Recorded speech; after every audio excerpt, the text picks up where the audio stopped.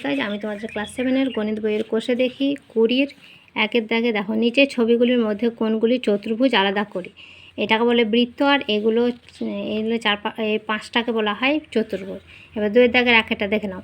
সমদ্বিবাহু ট্র্যাপিজামের তির্যক বাহু দুটির দৈর্ঘ্য সমান।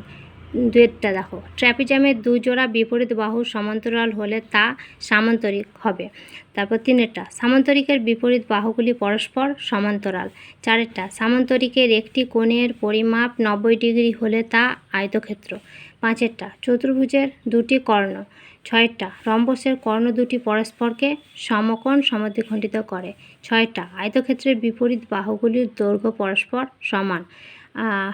তারপর 8-এটা দেখো, রম্বস এক বিশেষ ধরনের সামান্তরিক। 9-এটা, সামান্তরিকের কর্ণ দুটি পরস্পরকে সমদ্বিখণ্ডিত করে। এগুলো দেখার জন্য তোমাদের অসংখ্য ধন্যবাদ। এই চ্যানেলটিকে লাইক, কমেন্ট, শেয়ার আর অবশ্যই সাবস্ক্রাইব করো। ওকে, বাই, টেক কেয়ার।